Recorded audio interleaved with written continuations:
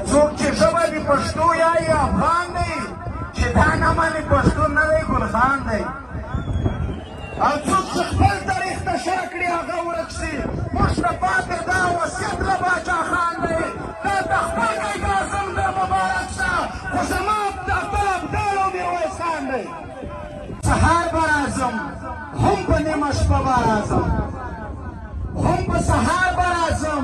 هم په نیمه شپه به راځم چې پر کام ننګ وي ښه په جوش او په جذبه به راځم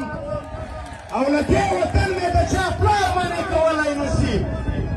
له دې وطن مې د چا پلار منې کولی نشي دا مې خپل کلی خپل ولس دی خامخا به راځم او تورمخې ته پر ما هزار پابندۍ ولګوه تورمخې ته پر ما هزار پابندۍ ولګوه خو زه منظور پښتون یم بیا به راځم بیا به راځم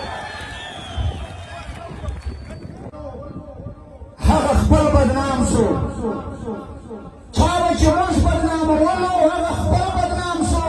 چې اویا کاله په وردۍ په جواهر بدنام شو او نارې پرې وشوېله ټکه تر کابله پورې